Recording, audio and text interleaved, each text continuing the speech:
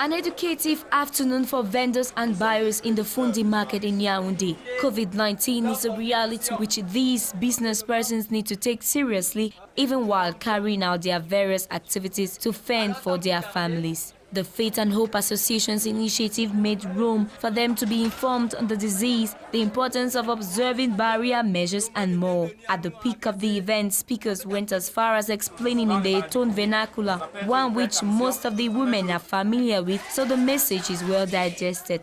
We know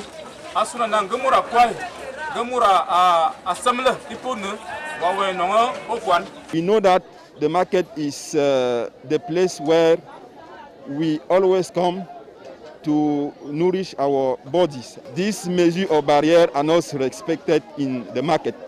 That's the reason we took that coming to the market. We can help those who are selling in this market and those who are coming in this market to fight against this pandemic. They wrapped up the session with a demonstration on how to produce homemade sanitizers. While the Android circle captured the lesson on their phones, the buyer and sellers made use of a medium which could be counted on.